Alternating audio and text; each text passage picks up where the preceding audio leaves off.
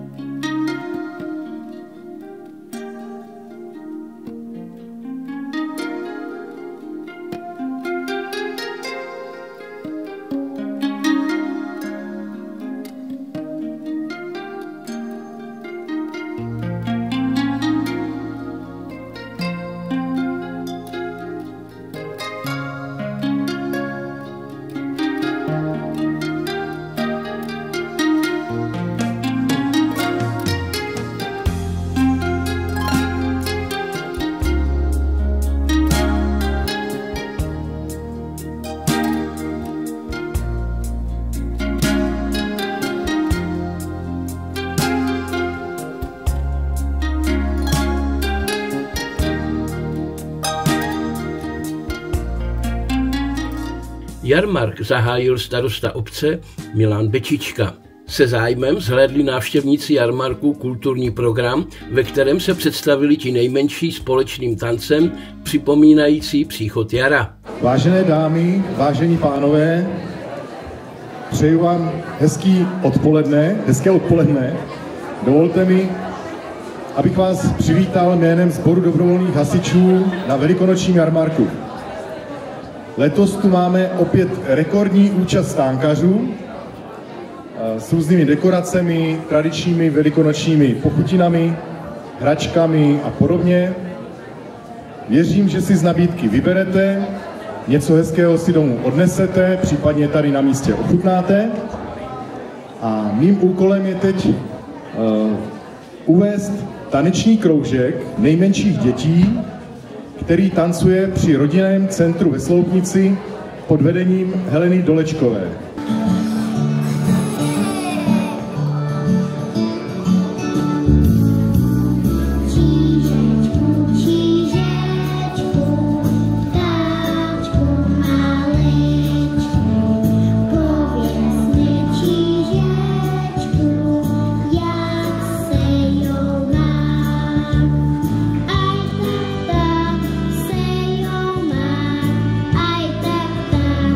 Say, oh, my.